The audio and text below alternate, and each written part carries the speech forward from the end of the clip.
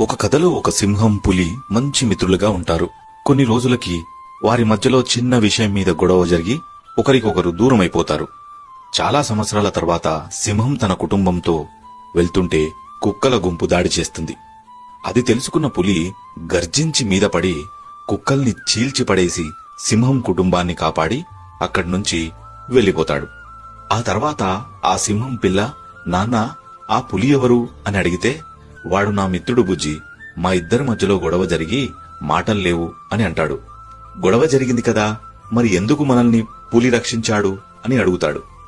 మా మధ్యలో గొడవలు ఉన్నా, దూరాలు పెరిగినా మా స్నేహం కుక్కలకు లాభపడేంత బలహీనంగా మాత్రం లేదు నాన్న.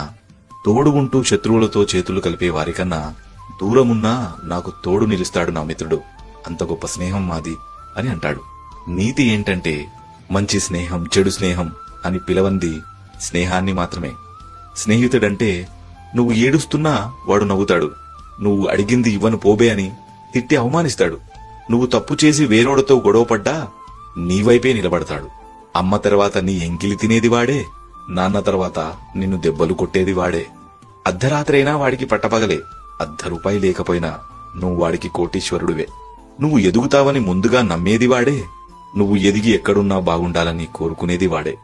నాకు తెలుసు, ఈ రీల్ వాడికి షేర్ చేసినా నచ్చదు.